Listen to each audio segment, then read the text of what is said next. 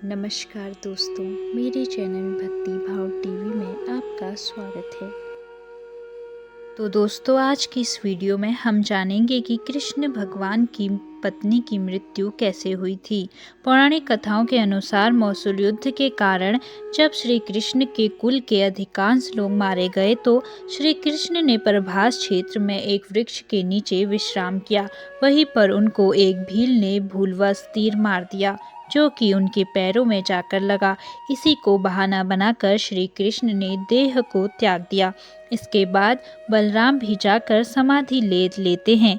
जब अर्जुन के पास यह समाचार पहुंचता है तो वे द्वारिका पहुंचते हैं। उनके द्वारिका पहुंचने पर भगवान श्री कृष्ण की सभी पत्नियों सहित कई यदुवंशी महिलाएं बिलक बिलक कर रोने लगती हैं।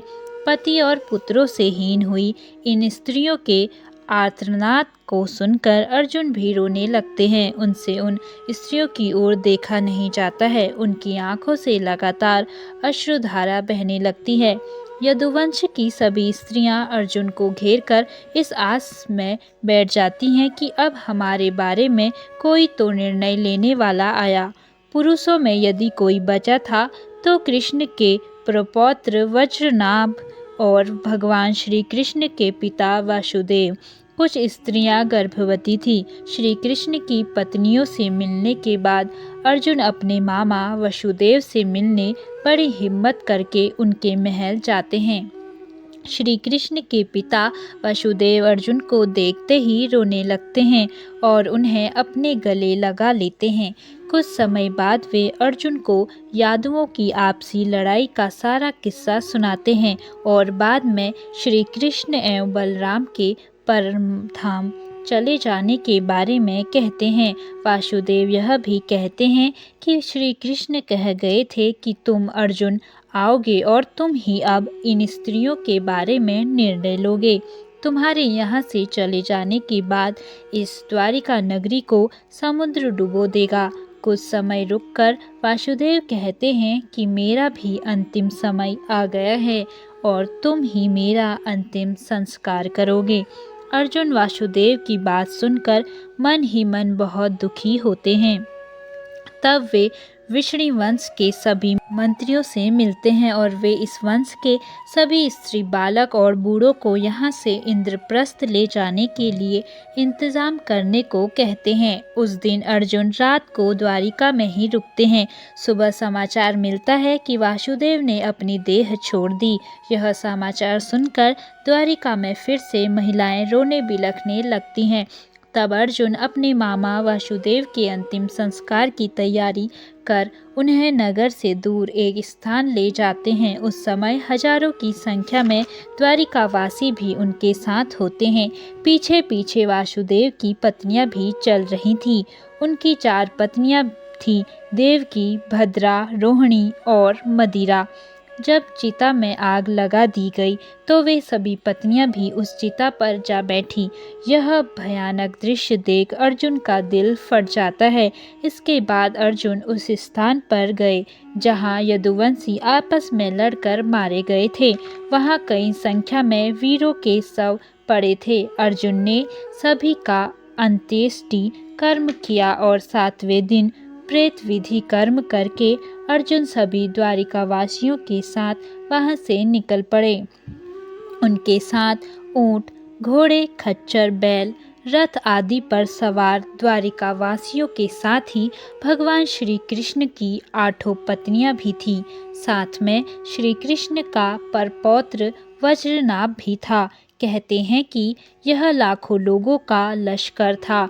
अर्जुन के द्वारिका से निकलते ही नगरी समुद्र में डूब जाती है। इस अद्भुत दृश्य को द्वारिकावासी अपनी आंखों से देखकर आश्चर्यचकित हो जाते हैं। उस समय वे सभी बस यही सोचते हैं कि देव की लीला अद्भुत है। यह समुद्र तब तक रुका था जब तक कि हम सभी द्वारिका के बाहर नहीं निकल जाते। रास्ते में भयानक जंगल आदि को पार करते हुए वे पंचनद देश में पड़ाव डालते हैं। वहां रहने वाले लुटेरों को जब यह खबर मिलती है कि अर्जुन अकेले ही इतने बड़े जनसमुदाय को लेकर इंद्रप्रस्थ जा रहे हैं तो वे धन के लालच में वहां धावा बोल देते हैं। अर्जुन चीख कर लुटेरों को चेतावनी देते हैं, लेकिन लुटेरे पर उनकी चीख का कोई असर नहीं होता है और वे लूटपाट करने लगते हैं।